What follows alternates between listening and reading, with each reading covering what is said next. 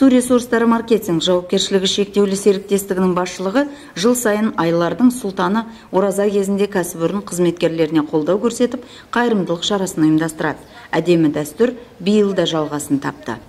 Ораза айында әйтеуір қолынан келсе бір-бірімізге деген азғынтай болса да мынау жәрдем беру мәселесін қарастырып жатырмыз. Мына кәсіподақ ұжымы, мына азаматтар аппарат басшысы бәрі жиылып мынандай азғандай сіздерге сый-сияпат жасаған екен. Ораза айында аз да болса көптен көріп қабыл алыңыздар.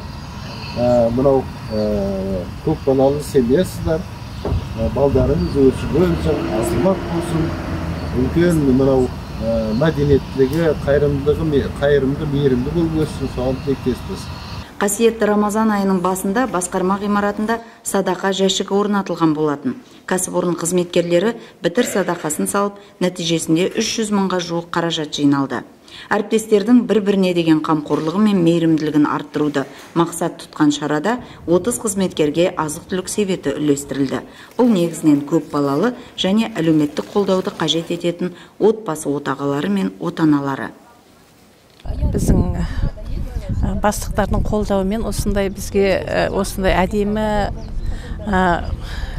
не қылып қолдау жасап, бәрімізге осындай азық-түлік беріп атқанына көп рахмет. Осы басшымыздың дені сау болып, әрқашанда оразадан оразаға аман-есен жете берейік. Рахмет сіздерге.